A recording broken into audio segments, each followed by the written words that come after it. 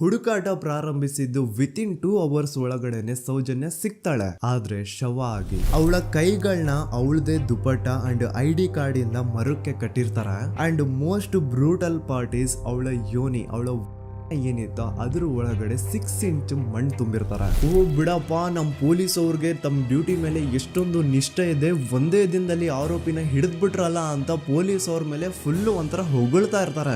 ಆದ್ರೆ ಪಾಪ ಜನರಿಗೆ ಎಲ್ಲಿ ಗೊತ್ತಿತ್ತು ಈ ಕೇಸ್ ನ ರಿಯಲ್ ಆರೋಪಿ ಬೇರೆ ಯಾರೋ ಇದಾರೆ, ಪೊಲೀಸ್ ಅವರೇ ಈ ಕೇಸ್ ನ ಮಿಸ್ಲೀಡ್ ಮಾಡೋದಕ್ಕೆ ಸುಮ್ನೆ ಸಂತೋಷ್ನ ಅರೆಸ್ಟ್ ಮಾಡಿದ್ದಾರೆ ಅಂತ. ಪೊಲೀಸ್ ಅವರು ಈ ಕೇಸ್ ಅಲ್ಲಿ ಕರಪ್ಟ್ ಆಗಿದ್ದಾರೆ, ಪೊಲೀಸ್ ಅವರೇ ಸತ್ಯ ಮುಚ್ಚಿಡ್ಲಿಕ್ಕೆ ಟ್ರೈ ಮಾಡ್ತಿದ್ದಾರೆ. ಹಾಗಾಗಿ ಈ ಕೇಸ್ ನ ಇನ್ಮುಂದೆ ಪೊಲೀಸ್ ಅವರಲ್ಲದೆ CBI ಅವರು ಇನ್ವೆಸ್ಟಿಗೇಷನ್ ಮಾಡಬೇಕು, ಈ ಕೇಸ್ ನ CBI ಒಪ್ಸಿ ಅಂತ ಅಗೇನ್ ಪ್ರೊಟೆಸ್ಟ್ ಗಳು ಸ್ಟಾರ್ಟ್ ಆಗ್ತವೆ. ಸೌಜನ್ಯ ಕೇಸ್ ಒಂದೇ ಅಲ್ಲ, ನಾರಾಯಣ ಹಾಗೂ ಯಮುನಾ ಕೇಸಲ್ಲೂ, ವೇದವಲ್ಲಿ ಕೇಸಲ್ಲೂ, ಆ ಬ್ಯಾಂಕ್ ಮ್ಯಾನೇಜರ್ ನ ಕೇಸಲ್ಲೂ ಹಾಗೂ ಪದ್ಮಲತಾ ಕೇಸಲ್ಲೂ ಸೀದಾ ಡೈರೆಕ್ಟ್ ಡೌಟ್ ಬರೋದೆ ಊರಿನ ಗೌಡ್ರ ಮೇಲೆ. ಸೌಜನ್ಯ ಕೇಸ್ ಬಿಟ್ಟು ಆ ಇನ್ನೊಂದು ಕೇಸ್ ಯಾವುದು, ಅದಕ್ಕೂ ಸಂತೋಷ್ಗೂ ಏನ್ ಸಂಬಂಧ, ಅದ್ರಲ್ಲಿ ಯಾಕೆ ಸಂತೋಷ್ನ ಪೊಲೀಸ್ ಅವರು ಫಿಟ್ ಮಾಡಿದ್ರು ಅಂತ ಪ್ರತಿಯೊಂದು ಹೇಳ್ತೀನಿ.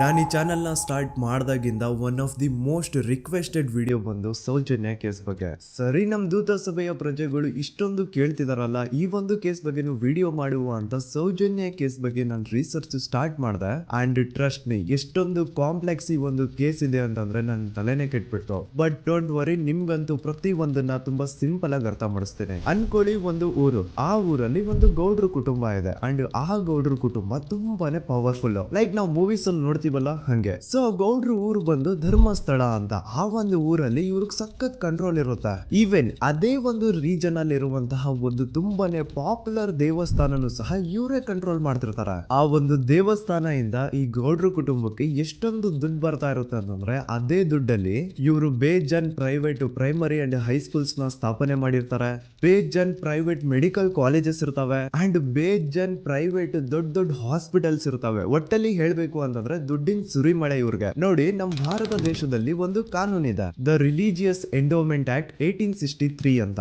ಬೇಸಿಕಲಿ ಈ ಒಂದು ಕಾನೂನು ಏನ್ ಹೇಳುತ್ತೆ ಅಂತಂದ್ರೆ, ಭಾರತದಲ್ಲಿ ಯಾವ್ದೆಲ್ಲ ಹಿಂದೂ ಟೆಂಪಲ್ಸ್ ಇದಾವೋ ಅವೆಲ್ಲ ಗವರ್ಮೆಂಟ್ ಪ್ರಾಪರ್ಟಿ. ಆ ಹಿಂದೂ ಟೆಂಪಲ್ಸ್ ನ ಮ್ಯಾನೇಜ್ಮೆಂಟ್ ಎಲ್ಲ ಗವರ್ಮೆಂಟ್ ಕೈಗೆ ಹೋಗಿ ಗವರ್ಮೆಂಟ್ ಡಿಸೈಡ್ ಮಾಡುತ್ತೆ ಆ ಮ್ಯಾನೇಜ್ಮೆಂಟ್ ಅಲ್ಲಿ ಯಾರ್ ಕೆಲ್ಸಕ್ಕೆ ಇರಬೇಕು, ಯಾರ್ ಕೆಲ್ಸಕ್ಕೆ ಇರಬಾರ್ದು, ಅಂಡ್ ಆ ಟೆಂಪಲ್ ಇಂದ ಬರ್ತಿರುವಂತಹ ಡೊನೇಷನ್ ಅಮೌಂಟ್ ನ ಏನ್ ಮಾಡ್ಬೇಕು ಅಂತ. ಸೊ ಈ ಒಂದು ಕಾನೂನಿನ ಪ್ರಕಾರ ಗವರ್ಮೆಂಟ್ ಇಂಡಿಯಾದಲ್ಲಿ ಇರುವಂತಹ ಆಲ್ಮೋಸ್ಟ್ ಎಲ್ಲಾ ಹಿಂದೂ ಟೆಂಪಲ್ಸ್ ನ ತನ್ನ ಕಂಟ್ರೋಲ್ ಅಲ್ಲಿ ತಗೋತಾ ಇರ್ಬೇಕಾದ್ರೆ ಗವರ್ಮೆಂಟ್ ಅಫಿಷಿಯಲ್ಸ್ ಧರ್ಮಸ್ಥಳ ಶ್ರೀ ಮಂಜುನಾಥ ದೇವಸ್ಥಾನಕ್ಕೂ ರೀಚ್ ಔಟ್ ಮಾಡ್ತಾರೆ. ಅಂಡ್ ಆಗ ಇಷ್ಟು ದಿನ ಟೆಂಪಲ್ ನ ಕಂಟ್ರೋಲ್ ಮಾಡ್ತಿದ್ದಂತಹ ಆ ಗೌಡ್ರ ಕುಟುಂಬ ಏನ್ ಹೇಳುತ್ತೆ ಗೊತ್ತಾ, ಇಲ್ಲ ಇದು ಹಿಂದೂ ಟೆಂಪಲ್ ಅಲ್ಲ, ಇದು ಜೈನ್ ಫ್ಯಾಮಿಲಿಗೆ ಬಿಲಾಂಗ್ ಮಾಡುವಂತಹ ಒಂದು ಪ್ರೈವೇಟ್ ಟೆಂಪಲ್ ಅಂತ ಹೇಳ್ತಾರೆ. ನಾನು ಇಷ್ಟು ದಿನ ಧರ್ಮಸ್ಥಳ ಶ್ರೀ ಮಂಜುನಾಥ ದೇವಸ್ಥಾನ ಒಂದು ಹಿಂದೂ ಟೆಂಪಲ್ ಅಂತ ಅನ್ಕೊಂಡಿದ್ದೆ, ಆದ್ರೆ ಈಗಷ್ಟೇ ನನಗೂ ಗೊತ್ತಾಗಿದ್ದು ಇದು ಹಿಂದೂ ಟೆಂಪಲ್ ಅಲ್ಲ, ಇದು ಒಂದು ಜೈನ್ ಫ್ಯಾಮಿಲಿಗೆ ಬಿಲಾಂಗ್ ಮಾಡುವಂತಹ ಪ್ರೈವೇಟ್ ಜೈನ್ ಟೆಂಪಲ್ ಅಂತ.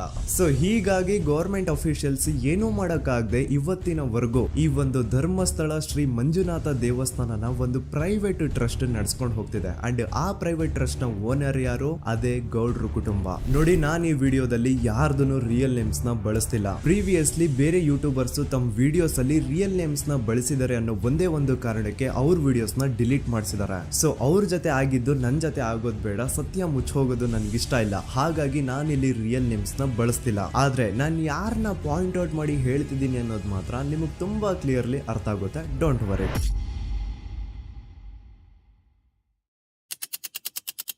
ದಿನಾಂಕ 9/10/2012. A very normal day for everyone except Soujanya. Dharmasthala ಹತ್ರ ಇರುವಂತಹ ಪಂಗಳ್ ಅನ್ನೋ ಒಂದು ಸಣ್ಣ ಹಳ್ಳಿಗೆ ಬಿಲಾಂಗ್ ಮಾಡುವಂತಹ ಸೌಜನ್ಯ ತುಂಬಾನೇ ಒಳ್ಳೆ ಹುಡುಗಿ. SDM ಕಾಲೇಜ್ ಆಫ್ ಉಜ್ರಿಯಲ್ಲಿ 2nd PUC ಓದ್ತಿದ್ದಂತಹ ಇವಳು ತುಂಬಾನೇ ಬ್ರೈಟ್ ಸ್ಟೂಡೆಂಟ್ ಕೂಡ. ಸೊ ಒಂದು ದಿನ ಅಂದ್ರೆ 9 ಅಕ್ಟೋಬರ್ 2012 ಬೆಳಿಗ್ಗೆ 7:30-8 ಗಂಟೆ ಹಾಗೆ ಆಸ್ ಯೂಶುವಲ್ ತನ್ನ ಕಾಲೇಜ್ ಹೋಗೋದಕ್ಕೆ ರೆಡಿ ಆಗ್ತಿರ್ತಾಳೆ. ಅವತ್ತು ಮಂಗಳವಾರದ ದಿನ ಅಂಡ್ ಅವತ್ತು ಲೋಕಲ್ ಫೆಸ್ಟಿವಲ್ ಬೇರೆ ಇರುತ್ತೆ, ಹೊಸ ಅಕ್ಕಿ ಅಂತ. ಈ ಒಂದು ಲೋಕಲ್ ಫೆಸ್ಟಿವಲ್ ದಿನ ಮನೆ ಒಳಗಡೆ ಏನೇ ಅಡುಗೆ ಮಾಡಿದ್ರು ಹೊಸ ಅಕ್ಕಿನೇ ಬಳಸಬೇಕು. ಸೊ ಹೊಸ ಅಕ್ಕಿ ತಂದು ಬ್ರೇಕ್ಫಾಸ್ಟ್ ನ ರೆಡಿ ಮಾಡೋಷ್ಟ್ರಲ್ಲಿ ಸೌಜನ್ಯ ಅವ್ರ ತಾಯಿ ತುಂಬಾ ಲೇಟ್ ಮಾಡ್ತಾರೆ. ಸೊ ಕಾಲೇಜ್ಗೆ ಲೇಟ್ ಆಗ್ತಿದೆ ಅಂತ ಈ ಸೌಜನ್ಯ ಟಿಫಿನ್ ಸಹ ಮಾಡದೆ ಹಾಗೆ ಹೋಗ್ತಾಳೆ. ಅವಳ ತಲೆಯಲ್ಲಿ ಏನಿತ್ತು ಅಂತಂದ್ರೆ, ಹೆಂಗೋ ಇವತ್ತು ಲೋಕಲ್ ಫೆಸ್ಟಿವಲ್ ಬೇರೆ ಇದೆ, ಹಾಗಾಗಿ ಮೇ ಬಿ ಕಾಲೇಜು ಬೇಗ ಬಿಡ್ಬೋದು, ಸೊ ಮಧ್ಯಾಹ್ನ ಡೈರೆಕ್ಟ್ ಮನೆಗೆ ಬಂದು ಊಟ ಬಿಡುವ ಅಂತ ಅವಳು ಅನ್ಕೊಂಡಿರ್ತಾಳೆ. ಆದ್ರೆ ಕಾಲೇಜ್ ಹೋಗಾದ್ಮೇಲೆ ಗೊತ್ತಾಗುತ್ತೆ ಅವತ್ತು ಅವಳಿಗೆ ಸ್ಪೆಷಲ್ ಕ್ಲಾಸಸ್ ಬೇರೆ ಇದೆ ಅಂತ. ಸೌಜನ್ಯ ಬ್ರೇಕ್ಫಾಸ್ಟ್ ಕೂಡ ಮಾಡಿರಲ್ಲ ಅಂಡ್ ಲಂಚ್ ಬಾಕ್ಸ್ ಕೂಡ ತಂದಿರಲ್ಲ. ಹಾಗಾಗಿ ಲಂಚ್ ಟೈಮ್ ಅಲ್ಲಿ ಸೌಜನ್ಯನ ಒಬ್ಳು ಫ್ರೆಂಡ್ ಜಾನ್ವಿ ತಾನ್ ತಂದಿರುವಂತಹ ಲಂಚ್ ಬಾಕ್ಸ್ ಅಲ್ಲಿ ಒಂದಿಷ್ಟು ಲಂಚ್ ನ ಆಫರ್ ಮಾಡ್ತಾಳೆ. ಆದ್ರೆ ಸೌಜನ್ಯ ಪರವಾಗಿಲ್ಲ ನೀನ್ ತಿನ್ನು, ನಾನ್ ಮನೆಗೆ ಹೋಗ್ಬಿಟ್ಟು ಊಟ ಮಾಡ್ಕೊಂತೀನಿ ಅಂತ ಹೇಳ್ತಾಳೆ. ಸುಮಾರು ಮಧ್ಯಾಹ್ನದ 3:45ಕ್ಕೆ ಕಾಲೇಜ್ ಬಿಡುತ್ತೆ. ಸೌಜನ್ಯ ಕಾಲೇಜ್ ಇಂದ ಬಸ್ ಅಲ್ಲಿ ಬಂದು ನೇತ್ರಾವತಿ ಬಸ್ ಸ್ಟಾಪ್ ಹತ್ರ ಇಳ್ಕೋತಾಳೆ. ಅವಳ ಜೊತೆ ಅವಳ ಕ್ಲಾಸ್ ಮೇಟ್ಸ್ ಅಂಡ್ ಫ್ರೆಂಡ್ಸ್ ಎಲ್ಲ ಇರ್ತಾರೆ. ಸೊ ಅವ್ರಿಗೆಲ್ಲ ಬಾಯ್ ಹೇಳ್ಬಿಟ್ಟು ಸೌಜನ್ಯ ತನ್ನ ಮನೆ ಕಡೆಗೆ ಹೊರಡ್ತಾಳೆ. ನೇತ್ರಾವತಿ ಬಸ್ ಸ್ಟಾಪ್ ಇಂದ ಸೌಜನ್ಯ ಮನೆಗೆ 20 ಮಿನಿಟ್ಸ್ ನ ವಾಕ್ ಇರುತ್ತೆ. ಮ್ಯಾಕ್ಸ್ ಟು ಮ್ಯಾಕ್ಸ್ 30 ಮಿನಿಟ್ ಹಿಡಿಬಹುದು. ಸೊ ಸೌಜನ್ಯ ನಡ್ಕೊಂಡು ಮನೆ ಕಡೆಗೆ ಹೋಗ್ತಾ ಇರ್ತಾಳೆ. ಒಂದ್ ಸ್ವಲ್ಪ ದೂರದಲ್ಲಿ ಪ್ರಕೃತಿ ಹಾಸ್ಪಿಟಲ್ ಅಂತ ಒಂದಿರುತ್ತೆ. ಅಲ್ಲಿನ ಸೆಕ್ಯೂರಿಟಿ ಗಾರ್ಡ್ ಸೌಜನ್ಯ ನಡ್ಕೊಂಡು ಹೋಗ್ತಾ ಇರೋದನ್ನ ನೋಡ್ತಾನೆ ಕೂಡ. ನಂತರ ಸೌಜನ್ಯ ಒಂದು 10 ನಿಮಿಷ ಹಂಗೆ ಮುಂದೆ ನಡ್ಕೊಂಡು ಹೋಗಾದ್ಮೇಲೆ ಸೌಜನ್ಯಗೆ ತನ್ನ ಮಾವ ಸಿಗ್ತಾರೆ. ಅವರು ಸೌಜನ್ಯನ ನೋಡಿ ಮಾತಾಡಿಸ್ತಾರೆ. ಯಾಕಮ್ಮ ಕಾಲೇಜಿಂದ ಇಷ್ಟು ಲೇಟ್ ಬರ್ತಿದ್ಯಾ ಅಂತ ಕೇಳ್ತಾರೆ. ಆಗ ಸೌಜನ್ಯ ಇಲ್ಲ ಮಾವ, ಕಾಲೇಜಲ್ಲಿ ಸ್ಪೆಷಲ್ ಕ್ಲಾಸ್ ಇತ್ತು ಹಾಗಾಗಿ ಲೇಟ್ ಆಗ್ಬಿಡ್ತು ಅಂತ ಹೇಳಿ ಒಂದೆರಡು ಮಾತಾಡಿಸಿ ನಂತರ ತನ್ನ ಮನೆ ಕಡೆ ತಾನು ಹೊರಡ್ತಾಳೆ. ಈಗ ಆ ಒಂದು ಪಾಯಿಂಟ್ ಇಂದ ಸೌಜನ್ಯಗೆ ತನ್ನ ಮನೆ ಹೋಗ್ಲಿಕ್ಕೆ 10 ನಿಮಿಷ ಬೇಕು. ಮ್ಯಾಕ್ಸ್ ಟು ಮ್ಯಾಕ್ಸ್ 20 ಮಿನಿಟ್ ಅನ್ಕೊಳ್ಳಿ. 3:45ಕ್ಕೆ ಕಾಲೇಜ್ ಬಿಟ್ರೆ ಅರೌಂಡ್ 4:30ಗೆ ಮನೇಲಿ ಇರ್ಬೇಕಾಗಿದ್ದು ಹುಡುಗಿ 6:30 ಗಂಟೆ ಆಗಿದ್ರು ಮನೆಗೆ ಸೇರಿರಲ್ಲ. ಸೊ ಮನೇಲಿ ಸೌಜನ್ಯ ಅವ್ರ ತಾಯಿಗೆ ಟೆನ್ಷನ್ ಸ್ಟಾರ್ಟ್ ಆಗುತ್ತೆ. ಏನಪ್ಪಾ ಈ ಹುಡುಗಿ ಎಷ್ಟೊತ್ತಾದ್ರೂ ಇನ್ನು ಮನೆಗ್ ಬಂದಿಲ್ವಲ್ಲ ಅಂತ. ಸೊ ಅವ್ರೇನ್ ಮಾಡ್ತಾರೆ, ಸೌಜನ್ಯ ಅವ್ರ ತಂದೆ ಕಾಲ್ ಮಾಡ್ಬಿಟ್ಟು ರೀ ಹಿಂಗೆ 3:30-4 ಗಂಟೆಗೆ ಕಾಲೇಜಿಂದ ಮನೆಗ್ ಬರ್ತಿದ್ದಿದ್ ನಮ್ ಹುಡುಗಿ ಇವತ್ತು 7 ಗಂಟೆ ಆದ್ರೂ ಇನ್ನು ಮನೆಗ್ ಬಂದಿಲ್ಲ, ನೀವು ಸ್ವಲ್ಪ ಬೇಗ ಮನೆಗ್ ಬಂದು ವಿಚಾರಿಸಿ ಅಂತ ಗಾಬ್ರಿಲಿ ಹೇಳ್ತಾರೆ. ಸರಿ ಅಂತ ಸೌಜನ್ಯ ಅವ್ರ ತಂದೆ ಮನೆಗ್ ಬಂದ್ಬಿಟ್ಟು ಸೌಜನ್ಯನ ಫ್ರೆಂಡ್ಸ್ ಕ್ಲಾಸ್ ಮೇಟ್ಸ್ ಯಾರ್ದೆಲ್ಲ ಅವ್ರ ಹತ್ರ ನಂಬರ್ ಇರುತ್ತೋ ಅವ್ರಿಗೆಲ್ಲ ಕಾಲ್ ಮಾಡ್ಬಿಟ್ಟು ಸೌಜನ್ಯ ಬಗ್ಗೆ ಕೇಳ್ತಾರ. ನಮ್ ಹುಡುಗಿ ಏನಾದ್ರೂ ನಿಮ್ ಮನೆಗ್ ಬಂದಿದ್ದಾಳ ಅಮ್ಮ ಅಂತ. ಆದ್ರೆ ಸೌಜನ್ಯನ ಫ್ರೆಂಡ್ಸ್ ಅಂಡ್ ಕ್ಲಾಸ್ ಮೇಟ್ಸ್ ಎಲ್ಲ ಇಲ್ಲ ಅಂಕಲ್ ನಮ್ಮ ಮನೆಗಂತೂ ಸೌಜನ್ಯ ಏನು ಬಂದಿಲ್ಲ, ಅವಳು ಬಸ್ ಸ್ಟಾಪ್ ಇಂದ ಸೀದಾ ನಿಮ್ ಮನೆ ಕಡೆಗೇನೆ ಹೊರಟ್ಲಲ್ವಾ, ಯಾಕೆ ಇನ್ನೂ ಬಂದಿಲ್ವಾ ಅಂತ ಕೇಳ್ತಾರ. ಆಗ ಸೌಜನ್ಯ ಅವ್ರ ತಂದೆ ಇಲ್ಲಮ್ಮ ಬಂದಿಲ್ಲ ಹಾಗಾಗಿನೇ ಕಾಲ್ ಮಾಡಿರೋದು ಅಂತ ಹೇಳಿ ಕಾಲ್ ಕಟ್ ಮಾಡ್ತಾರ. ದೆನ್ ಸೌಜನ್ಯ ಅವ್ರ ತಂದೆ ಸೌಜನ್ಯ ಅವ್ರ ಮಾವ ಕಾಲ್ ಮಾಡ್ತಾರ. ಅಳಿಯ ಎಲ್ಲಿದ್ಯಾ, ನನ್ ಮಗಳು ಇನ್ನು ಮನೆಗ್ ಬಂದಿಲ್ಲ, ನೀನೇನಾದ್ರೂ ಅವಳನ್ನ ನೋಡ್ದ ಅಂತ ಕೇಳ್ತಾರ. ಆ ಕಡೆಯಿಂದ ಅವರು ಸೌಜನ್ಯನ ಮಾವ ಹೇಳ್ತಾರೆ, ಹ್ಞೂ ನಾನ್ ನೋಡ್ದೆ, 4:15 ಹಾಗೆ ಆ ಹುಡುಗಿ ಕಾಲೇಜಿಂದ ಬರ್ಬೇಕಾದ್ರೆ ನನಗ್ ಕಾಣಿಸಿದ್ಲು, ನಾನ್ ಸ್ವಲ್ಪ ಮಾತಾಡ್ದೆ ಅವಳ ಹತ್ರ, ಅದಾದ್ಮೇಲೆ ಅವಳು ಮನೆ ಕಡೆ ಹೋದ್ಲಲ್ಲ, ಯಾಕೆ ಇನ್ನೂ ಬಂದಿಲ್ವಾ ಅಂತ ಅವರೇ ಉಲ್ಟಾ ಕ್ವಶನ್ ಕೇಳ್ತಾರ. ಈ ಕಡೆ ಸೌಜನ್ಯ ಅವ್ರ ತಂದೆ ಇಲ್ಲ 7 ಗಂಟೆ ಆದ್ರೂ ಮಗು ಇನ್ನು ಮನೆಗ್ ಬಂದಿಲ್ಲ, ನಮ್ಗೆ ಯಾಕೋ ತುಂಬಾ ಗಾಬರಿ ಆಗ್ತಿದೆ, ನೀನೊಂದ್ ಕೆಲ್ಸ ಮಾಡು, ನಮ್ಮವ್ರನ್ನೆಲ್ಲ ಸೇರ್ಸು, ಎಲ್ರೂ ಸೇರಿ ಹುಡುಕುವ ಅವಳನ್ನ ಅಂತ ಸುಮಾರು ರಾತ್ರಿ 7 ಗಂಟೆಯಿಂದ ಹಿಡಿದು 11 ಗಂಟೆವರೆಗೂ ಸೌಜನ್ಯನ ಮನೆಯವರು ಅಂಡ್ ಊರಿನ ಜನ 200-300 ಜನ ಸೇರ್ಕೊಂಡು ಸೌಜನ್ಯನ ಹುಡುಕ್ತಾರೆ. ಆದ್ರೆ ಸೌಜನ್ಯನ ಒಂದು ಸುಳಿವು ಸಿಗಲ್ಲ. ಸೊ ಕೊನೆಗೆ ಸಹಾಯ ಕೇಳ್ತಾ ರಾತ್ರಿ 11 ಗಂಟೆ ಹಾಗೆ ಸೌಜನ್ಯನ ತಂದೆ ತಾಯಿ ಅಂಡ್ ಊರಿನ ಜನ ಎಲ್ಲ ಬೆಳ್ತಂಗಡಿ ಪೊಲೀಸ್ ಸ್ಟೇಷನ್ ಹತ್ರ ಹೋಗ್ತಾರ. ಅಲ್ಲಿ ಪೊಲೀಸ್ ಅವ್ರ ಹತ್ರ ಕಾಲೇಜ್ ಹೋಗಿದ್ ನಮ್ ಹುಡುಗಿ ಇಷ್ಟೊತ್ತಾದ್ರೂ ಇನ್ನು ಮನೆಗ್ ಬಂದಿಲ್ಲ, ಎಷ್ಟು ಹುಡುಕಿದ್ರು ಸಿಗ್ತಾ ಇಲ್ಲ, ಸೊ ಪ್ಲೀಸ್ ಒಂದು ಮಿಸ್ಸಿಂಗ್ ರಿಪೋರ್ಟ್ ನ ಫೈಲ್ ಮಾಡಿ ನಮ್ ಹುಡುಗಿನ ಹುಡುಕೊಡಿ ಅಂತ ಕೇಳ್ಕೊತಾರ. ಆದ್ರೆ ಪೊಲೀಸ್ ಅವರು ಒಪ್ಪಲ್ಲ. ಇಲ್ಲ ಯಾವುದೇ ಪರ್ಸನ್ ಮಿಸ್ಸಿಂಗ್ ಆದ್ರೆ ಆಫ್ಟರ್ 24 ಅವರ್ಸ್ ಆದ್ಮೇಲೆನೆ ರಿಪೋರ್ಟ್ ಫೈಲ್ ಮಾಡಕ್ಕಾಗೋದು. ಸೊ ನೀವ್ ಒಂದ್ ಕೆಲ್ಸ ಮಾಡಿ, ಈಗ ಮನೆಗ್ ಹೋಗಿ ನಾಳೆ ಬೆಳಿಗ್ಗೆವರೆಗೂ ನೋಡಿ, ನಾಳೆ ಬೆಳಿಗ್ಗೆವರೆಗೂ ನಿಮ್ ಮಗಳು ನಿಮ್ ಮನೆಗ್ ಬಂದಿಲ್ಲ ಅಂತಂದ್ರೆ ಆಗ ಬಂದ್ಬಿಟ್ಟು ಮಿಸ್ಸಿಂಗ್ ರಿಪೋರ್ಟ್ ನ ಫೈಲ್ ಮಾಡಿಸಿ ಅಂತ ಹೇಳಿ ಕಳಿಸ್ತಾರ. ಆಗ ಆಲ್ಮೋಸ್ಟ್ ಮಿಡ್ ನೈಟ್ ಆಗಿರೋದ್ರಿಂದ ಅಂಡ್ ಮಳೆ ಬೇರೆ ತುಂಬಾ ಜೋರಾಗಿ ಬರ್ತಾ ಇರುತ್ತೆ. ಸೊ ಈ ಸಿಚುವೇಶನ್ ಅಲ್ಲಿ ಸೌಜನ್ಯನ ಹುಡುಕ್ಲಿಕ್ಕೆ ಆಗಲ್ಲ. ನಾಳೆ ಬೆಳಿಗ್ಗೆ ಸೇರ್ಕೊಂಡು ಅಗೇನ್ ಎಲ್ರು ಸೌಜನ್ಯನ ಹುಡುಕುವ ಅಂತ ಸೌಜನ್ಯನ ಮನೆಯವರು ಅಂಡ್ ಊರಿನ ಜನ ಎಲ್ರು ತಮ್ಮ ಮನೆಗೆ ಹೋಗ್ಬಿಡ್ತಾರ. ನೆಕ್ಸ್ಟ್ ದಿನ ಅಂದ್ರೆ 10 ಅಕ್ಟೋಬರ್ 2012 ಬುಧವಾರದ ದಿನ ಬೆಳಿಗ್ಗೆ 10 ಗಂಟೆ ಹಾಗೆ ಸೌಜನ್ಯನ ಮನೆಯವರು ಅಂಡ್ ಊರಿನ 200-300 ಜನ ಸೇರ್ಕೊಂಡು ಅಗೇನ್ ಸೌಜನ್ಯಗೋಸ್ಕರ ಹುಡುಕಾಟ ಸ್ಟಾರ್ಟ್ ಮಾಡ್ತಾರ. ಹುಡುಕಾಟ ಪ್ರಾರಂಭಿಸಿದ್ದು ವಿತಿನ್ 2 ಅವರ್ಸ್ ಒಳಗಡೆನೆ ಸೌಜನ್ಯ ಸಿಗ್ತಾಳೆ. ಆದ್ರೆ ಶವ ಆಗಿ ಆ 200-300 ಊರಿನ ಜನ ಎಲ್ಲ ಸೇರ್ಕೊಂಡು ಏನ್ ಸೌಜನ್ಯನ ಹುಡುಕ್ತಾ ಇದ್ರು ಅದರಲ್ಲಿ ಯಾರೋ ಒಬ್ರಿಗೆ ಸೌಜನ್ಯನ ಮನೆಯಿಂದ ಕೇವಲ 10 ನಿಮಿಷ ದೂರದಲ್ಲಿರುವಂತಹ ಒಂದು ಹಳ್ಳನ ದಡದಲ್ಲಿ ಸೌಜನ್ಯನ ಮೃತದೇಹ ಸಿಗುತ್ತಾ. ಈಗ ಸತ್ತಿರುವಂತಹ ಸೌಜನ್ಯನ ಡೆಡ್ ಬಾಡಿ ಯಾವ ಒಂದು ಕಂಡೀಷನ್ ಅಲ್ಲಿ ಇತ್ತು ಅಂತ ಹೇಳ್ತೀನಿ, ಸ್ವಲ್ಪ ಗಮನ ಇಟ್ಟು ಕೇಳಿಸ್ಕೊಳ್ಳಿ. ಅವಳ ಕೈಗಳನ್ನ ಅವಳದೇ ದುಪಟ್ಟ ಅಂಡ್ ID ಕಾರ್ಡ್ ಇಂದ ಮರಕ್ಕೆ ಕಟ್ಟಿರ್ತಾರ. ಅವಳ ಬಾಡಿ ಎಲ್ಲ ನೇಕೆಡ್ ಇರುತ್ತೆ, ಮೈ ಮೇಲೆ ಸರಿಯಾದ ಬಟ್ಟೆ ಇರಲ್ಲ, ಮೈ ಮೇಲೆ ಮಲ್ಟಿಪಲ್ ಕಟ್ ಮಾರ್ಕ್ಸ್ ಇರುತ್ತೆ, ತುಂಬಾ ಜೋರಾಗಿ ಹೊಡೆದಿರುವಂತಹ ಗಾಯಗಳು ಮೈ ಮೇಲೆ ಎದ್ದು ಕಾಣಿಸ್ತಿರ್ತವೆ. ಅವಳ ರಿಪ್ಸ್ ಎದೆ ಭಾಗದ ಮೂಳೆಗಳೆಲ್ಲ ಮುರಿದು ಹೋಗ್ಬಿಟ್ಟಿರ್ತವೆ. And most brutal part is ಅವಳ ಯೋನಿ, ಅವಳ ಏನಿತ್ತು ಅದ್ರ ಒಳಗಡೆ 6 ಇಂಚ್ ಮಣ್ಣು ತುಂಬಿರ್ತಾರೆ. ಆ ಬಾಡಿ ಕಂಡೀಷನ್ ನ ನೋಡಿದಾದ್ಮೇಲೆ ಒಂದಂತೂ ತುಂಬಾ ಕ್ಲಿಯರ್ ಆಗಿ ಅರ್ಥ ಆಗುತ್ತೆ, ಅವಳನ್ನ ಯಾರೋ ತುಂಬಾ ಫೋರ್ಸ್ಫುಲಿ ಮಾಡಿ ನಂತರ ನಿರ್ದಯವಾಗಿ ಸಾಯಿಸಿದ್ದಾರೆ ಅಂತ. ಇಲ್ಲಿ ಕ್ರಿಮಿನಲ್ಸ್ ನ ಬುದ್ಧಿವಂತಿಕೆ ನೋಡಿ ಪೊಲೀಸ್ ಅವ್ರಿಗೆ ಏನೂ ಸುಳಿವು ಸಿಗ್ಬಾರ್ದು ಅಂತ ಅವಳ ಯೋನಿ ಒಳಗಡೆ 6 ಇಂಚ್ ಅಷ್ಟು ಮಣ್ಣು ತುಂಬ ಹೋಗಿರ್ತಾರೆ. ಸೊ ದೆನ್ ಪೊಲೀಸ್ ಅವ್ರಿಗೆ ವಿಷಯ ಗೊತ್ತಾಗುತ್ತೆ. ಅವರು ಸ್ಪಾಟ್ ಗೆ ಬಂದು ಸೌಜನ್ಯನ ಬಾಡಿನ ರಿಕವರ್ ಮಾಡಿ ಆ ಒಂದು ಸ್ಪಾಟ್ ನ ಕಂಪ್ಲೀಟ್ ಸೀಸ್ ಮಾಡ್ತಾರೆ. ಒಬ್ಳು ಸಾಮಾನ್ಯ ಮಿಡಲ್ ಕ್ಲಾಸ್ ಹುಡುಗಿ, ಒಬ್ಳು ವೆರಿ ಬ್ರೈಟ್ ಸ್ಟೂಡೆಂಟ್ ನ ಈ ಮಟ್ಟಿಗೆ ಇಷ್ಟು ನಿರ್ದಯವಾಗಿ ಸಾಯಿಸಿರೋದು ಯಾರು? ಇನ್ ಕೇಸ್ ಏನಾದ್ರೂ ಈ ಕ್ರೈಮ್ ಮಾಡಿದವನು ಸಿಕ್ಕಿ ಬಿದ್ರೆ ಅವನ್ನ ಸುಮ್ನೆ ಬಿಡಬಾರ್ದು ಅಂತ ಜನ ಆಕ್ರೋಶ ವ್ಯಕ್ತಪಡಿಸ್ತಾರೆ. ಅಂಡ್ ಗೆಸ್ ವಾಟ್, ನಮ್ ಪೊಲೀಸ್ ಅವರು ಇಷ್ಟೊಂದು ಫಾಸ್ಟ್ ಆಗಿ ಇನ್ವೆಸ್ಟಿಗೇಷನ್ ಕಂಪ್ಲೀಟ್ ಮಾಡ್ತಾರೆ ಅಂತ ನಾನಂತೂ ಎಕ್ಸ್ಪೆಕ್ಟ್ ಮಾಡಿರ್ಲಿಲ್ಲ. ಅಂಡ್ ಈವನ್ ಈ ಒಂದು ವಿಷಯದಿಂದ ಊರಿನ ಜನನು ಶಾಕ್ ಆಗ್ತಾರೆ. ಸೌಜನ್ಯ ಬಾಡಿ ಸಿಕ್ಕಿದ್ದ ನೆಕ್ಸ್ಟ್ ದಿನ ಅಂದ್ರೆ 11 ಅಕ್ಟೋಬರ್ 2012 ಸಂಜೆ 5 ಗಂಟೆ ಹಾಗೆ ಯಾರು ಸೌಜನ್ಯನ ಪಂಡು ಮರ್ಡರ್ ಮಾಡಿದ್ನೋ ಆ ಕ್ರಿಮಿನಲ್ ಕೂಡ ಸಿಕ್ಕಿ ಬೀಳ್ತಾನೆ. ಈಗ ನೀವು ಥಿಂಕ್ ಮಾಡ್ಬೋದು, ಸೌಜನ್ಯನ ಯಾರು ಮರ್ಡರ್ ಮಾಡಿದ್ರು ಅಂಡ್ ಯಾರ ಕ್ರೈಮ್ ನ ಮಾಡಿದ್ರು ಅವನು ನೆಕ್ಸ್ಟ್ ದಿನಾನೇ ಸಿಕ್ಕಿ ಬಿದ್ದ. ಹಾಗಿದ್ರೆ ಈ ಕೇಸ್ ಯಾವಾಗ್ಲೂ ಕ್ಲೋಸ್ ಆಗ್ಬಿಡ್ಬೇಕಿತ್ತು. ಆದ್ರೂ ಸ್ಟಿಲ್ ಇವತ್ತಿನ ದಿನವರೆಗೂ ಯಾಕೆ ಈ ಕೇಸ್ ಪದೇ ಪದೇ ನ್ಯೂಸ್ ಅಲ್ಲಿ ಬರುತ್ತೆ ಅಂದ್ರೆ, ನಮ್ ದೂತ ಸಭೆಯ ಪ್ರಜೆಗಳೇ ರೆಡಿ ಆಗಿ, ಆರೋಪಿ ಸಿಕ್ಕಾದ್ಮೇಲೆ ಈ ಕೇಸು ಕ್ಲೋಸ್ ಆಗಿಲ್ಲ. ಆಕ್ಚುಲಿ ಈ ಕೇಸು ಓಪನ್ ಆಗಿದ್ದೆ ಈಗ. ನೋಡಿ, ಸೌಜನ್ಯನ ಬಾಡಿ ಸಿಕ್ಕಿದ್ದು ನೆಕ್ಸ್ಟ್ ದಿನ ಅಂದ್ರೆ 11 ಅಕ್ಟೋಬರ್ 2012. PSI ಯೋಗೇಶ್ ಅವರು ಯಾರನ್ನ ಈ ಕೇಸಲ್ಲಿ ಅರೆಸ್ಟ್ ಮಾಡಿದ್ರು ಅಂದ್ರೆ ಆತನ ಹೆಸರು ಬಂದು ಸಂತೋಷ್ ರಾವ್. 28-29 ವಯಸ್ಸಿರುವಂತಹ Santosh Rao first of all ಧರ್ಮಸ್ಥಳದವನು ಅಲ್ವೇ ಅಲ್ಲ, ಅವನು ಶೃಂಗೇರಿ ಅವನು. ಸಂತೋಷ್ ರಾವ್ ನ ತಂದೆ ಸ್ಕೂಲ್ ಟೀಚರ್ ಅಂಡ್ ತಾಯಿ ಹೌಸ್ ವೈಫ್.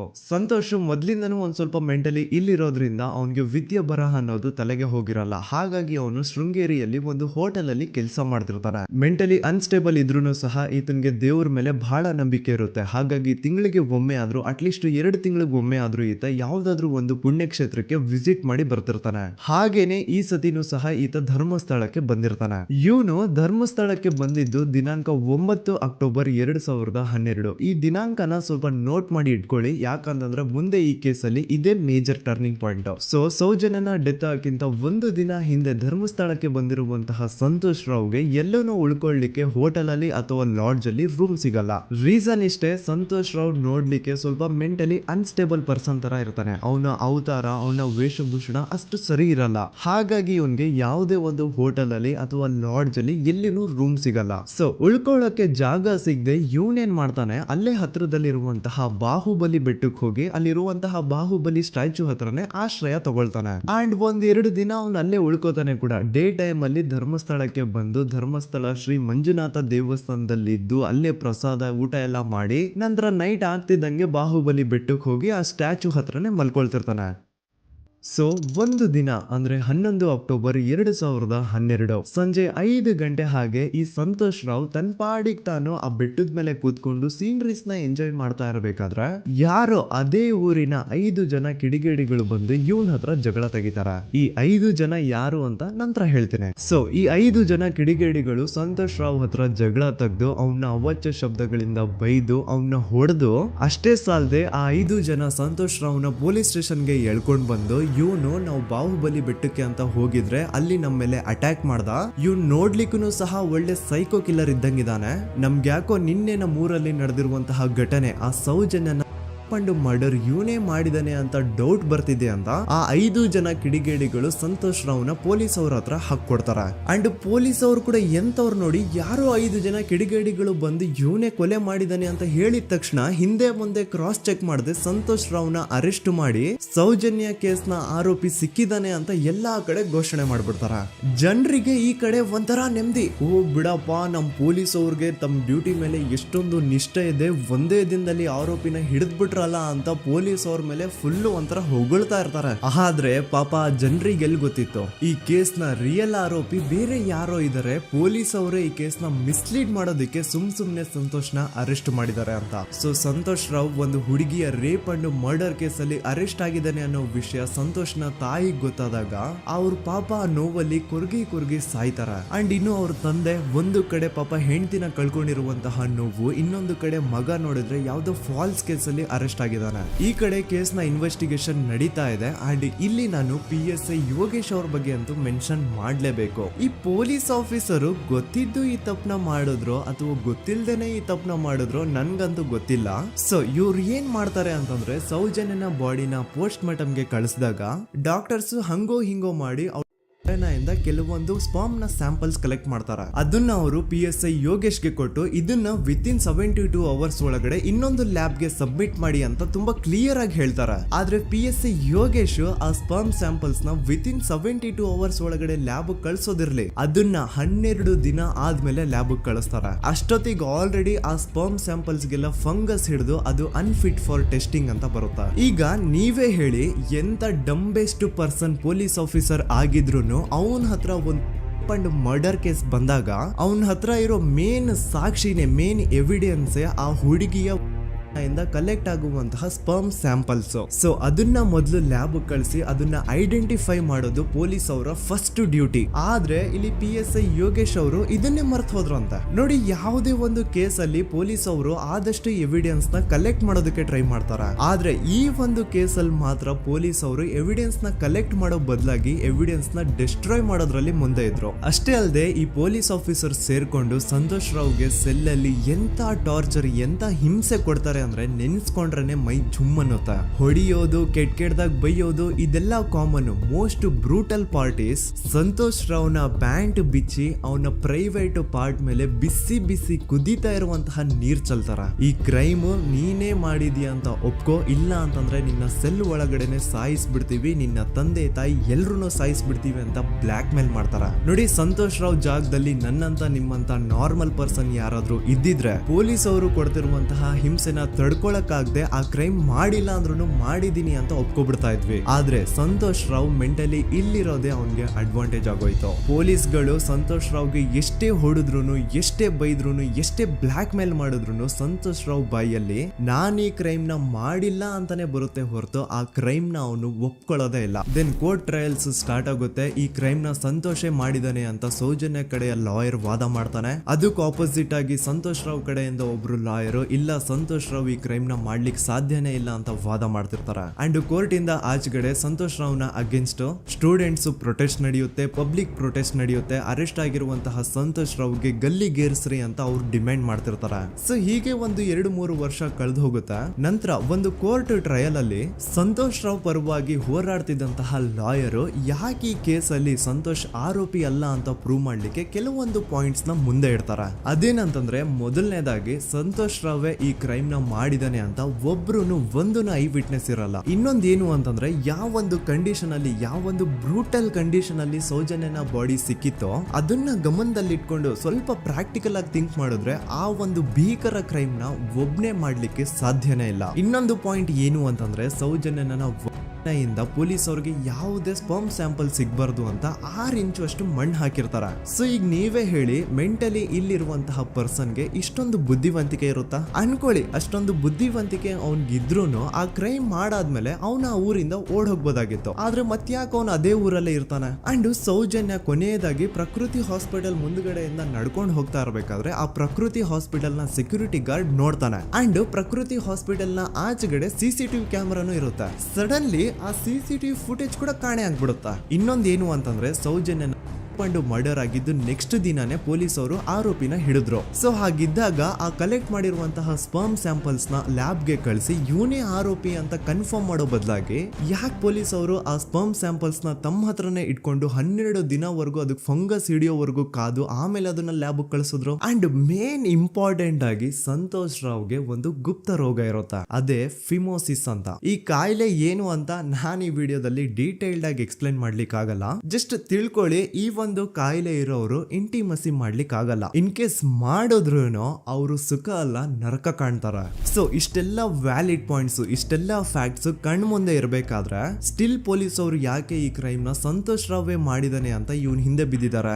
ಯಾಕೆ ಅವರು ಈ ಕ್ರೈಮ್ ಇವನ್ ಬಿಟ್ರೆ ಬೇರೆ ಯಾರಾದ್ರೂ ಮಾಡಿರ್ಬೋದಲ್ಲ ಅಂತ ಆ ಆಂಗಲ್ ಅಲ್ಲಿ ಇನ್ವೆಸ್ಟಿಗೇಷನ್ ಮಾಡ್ತಿಲ್ವಲ್ಲ ಅಂತ ಪೊಲೀಸ್ ಅವರ ಇನ್ವೆಸ್ಟಿಗೇಷನ್ ಮೇಲೆ ಈಗ ಕ್ವಶನ್ ಬರುತ್ತೆ. So after hearing all of this, ಎಲ್ಲರಿಗೂ ಈಗ ಪೊಲೀಸ್ ಅವರ ಇನ್ವೆಸ್ಟಿಗೇಷನ್ ಇನ್ವೆಸ್ಟಿಗೇಷನ್ ಮೇಲೆ ಡೌಟ್ ಬರುತ್ತೆ. ಅಂಡ್ ಈವನ್ ಸೌಜನ್ಯ ಅವ್ರ ಮನೆಯವರು ಕೂಡ ನಿಜವಾದ ಆರೋಪಿ ಸಂತೋಷ್ ಅಲ್ಲ ಅಂತ ತಮ್ಮ ಅಭಿಪ್ರಾಯನ ವ್ಯಕ್ತಪಡಿಸ್ತಾರೆ. ಆಗ ಅಲ್ಲಿವರೆಗೂ ಸಂತೋಷ್ ರಾವ್ನ ಗಲ್ಲಿಗೇರಿಸಿ ಅಂತ ಏನು student protest and public protest ಎಲ್ಲ ನಡೀತಾ ಇತ್ತು, ಈಗ ಅದೆಲ್ಲ ನಿಂತು ಹೋಗಿ ಎಲ್ಲಾ ಹೇಟ್ರೇಡ್ ಪೊಲೀಸ್ ಅವ್ರ ಕಡೆಗೆ ಹೋಗುತ್ತೆ. ಪೊಲೀಸ್ ಅವರು ಈ ಕೇಸಲ್ಲಿ ಕರಪ್ಟ್ ಆಗಿದ್ದಾರೆ, ಪೊಲೀಸ್ ಅವರೇ ಸತ್ಯ ಮುಚ್ಚಿಡ್ಲಿಕ್ಕೆ ಟ್ರೈ ಮಾಡ್ತಿದ್ದಾರೆ. ಹಾಗಾಗಿ ಈ ಕೇಸ್ ನ ಇನ್ ಮುಂದೆ ಪೊಲೀಸ್ ಅವರಲ್ಲದೆ ಸಿಬಿಐ ಅವರು ಇನ್ವೆಸ್ಟಿಗೇಷನ್ ಮಾಡಬೇಕು, ಈ ಕೇಸ್ ನ ಸಿಬಿಐ ಒಪ್ಸಿ ಅಂತ ಅಗೇನ್ ಪ್ರೊಟೆಸ್ಟ್ ಗಳು ಸ್ಟಾರ್ಟ್ ಆಗ್ತವೆ. ಸೊ ಧರ್ಮಸ್ಥಳದಲ್ಲಿ ಇಷ್ಟೊಂದು ಹೋರಾಟಗಳಾಗ್ತಿದಾವೆ, ಒಬ್ಳು ಹುಡುಗಿ ಜೊತೆ ಇಷ್ಟೊಂದು ಅನ್ಯಾಯ ಆಗಿದೆ, ಆದ್ರೂ ಸಹ ಧರ್ಮಾಧಿಕಾರಿ ಏನು ಮಾತೇ ಆಡ್ತಿಲ್ವಲ್ಲ ಈ ಹುಡುಗಿ ಬಗ್ಗೆ ಅಂತ ಜನರು ಪ್ರಶ್ನೆ ಮಾಡಿದಾಗ ಆಗ ಧರ್ಮಾಧಿಕಾರಿನೂ ಜನರು ಮುಂದೆ ಬಂದ್ಬಿಟ್ಟು ಈ ಕೇಸ್ ನ ಸಿಬಿಐ ಒಪ್ಸಿ ಅಂತ ಹೋರಾಟ ಮಾಡ್ತಾರ.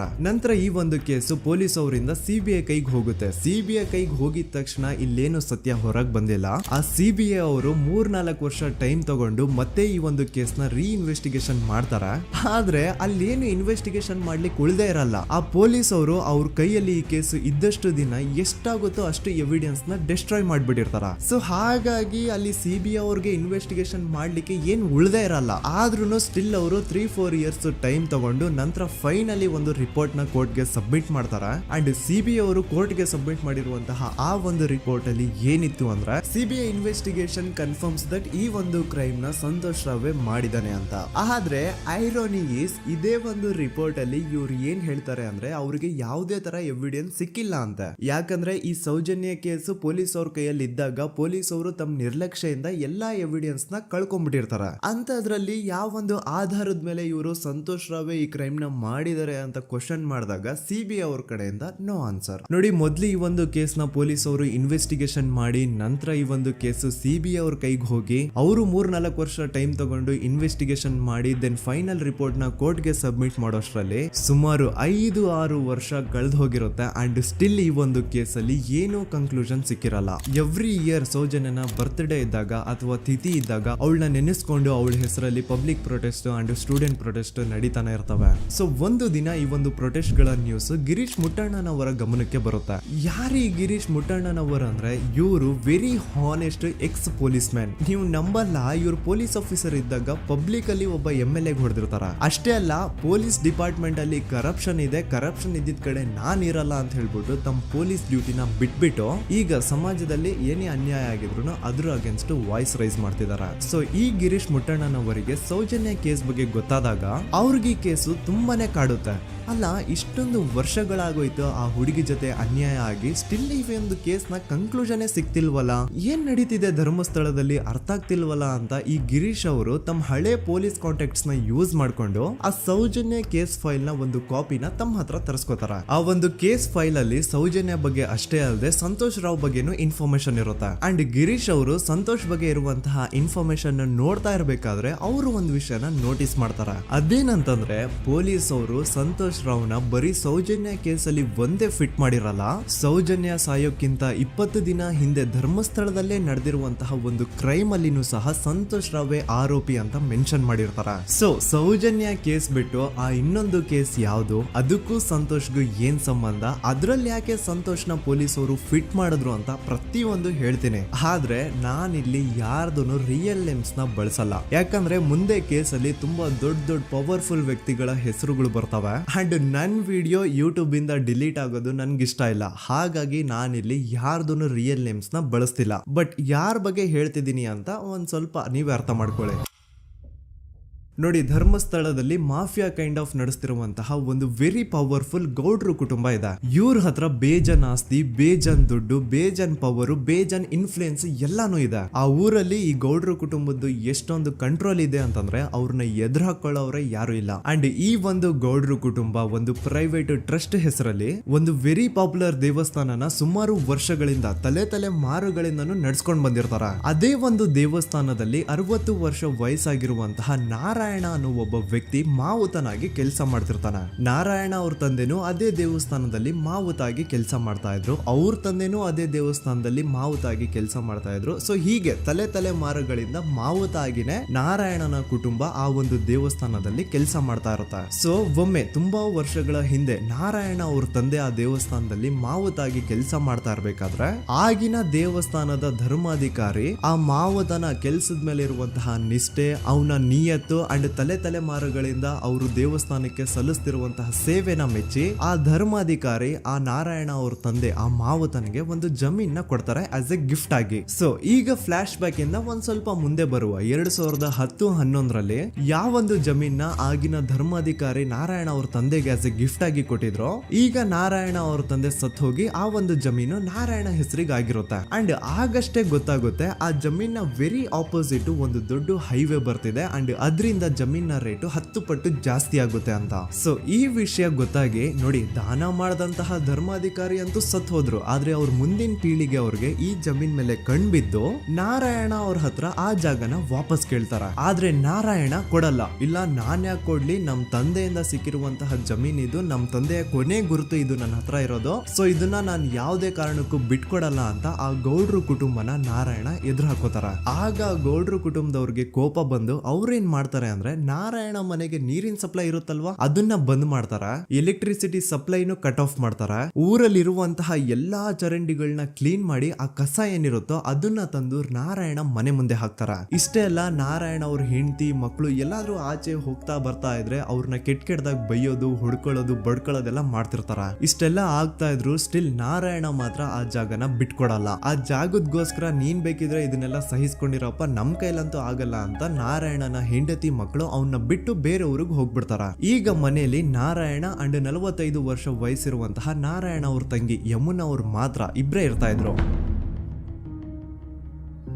ಸೊ ಒಂದೊಳ್ಳೆ ಅವಕಾಶ ನೋಡ್ಕೊಂಡು 21 ಸೆಪ್ಟೆಂಬರ್ 2012 ಮನೆಯಲ್ಲಿ ನಾರಾಯಣ ಹಾಗೂ ಯಮುನಾ ಇರ್ಬೇಕಾದ್ರೆ ಯಾರೋ ಮನೆ ಒಳಗಡೆ ನುಗ್ಗಿ ನಾರಾಯಣನ್ಗೆ ಹೊಡೆದು ಯಮುನಾಗೂ ಸಹ ಹೊಡೆದು ನಂತರ ಅವಳು ಮಾಡಿ ದೆನ್ ನಾರಾಯಣ ಹಾಗೂ ಯಮುನನ ತಲೆನ ಒಂದು ರುಬ್ಬಗುಂಡಿಂದ ಚಚ್ಚಿ ಸಾಯಿಸ್ಬಿಡ್ತಾರ. ಈ ಕೊಲೆ ಆಗಿದ್ದು ಕಳ್ಳತನಗೋಸ್ಕರ ಅಂತ ಪೊಲೀಸ್ ಅವರು ತಮ್ಮ ರಿಪೋರ್ಟ್ ಅಲ್ಲಿ ಬರೀತಾರ. ಆದ್ರೆ ಪಾಯಿಂಟ್ ಏನ್ ಗೊತ್ತಾ, ಆ ಮನೇಲಿ ಒಂದ್ ಸ್ವಲ್ಪನೂ ಹಣ ಆಗ್ಲಿ ಅಥವಾ ಬಂಗಾರ ಆಗ್ಲಿ ಕಳ್ಳತನ ಆಗಿರಲ್ಲ. ಕಳ್ಳತನ ಆಗಿರೋದು ಕೇವಲ ಆ ಮೇನ್ ರೋಡ್ ಅಲ್ಲಿ ಇದ್ದಂತಹ ಪ್ರಾಪರ್ಟಿ ಪೇಪರ್ಸ್.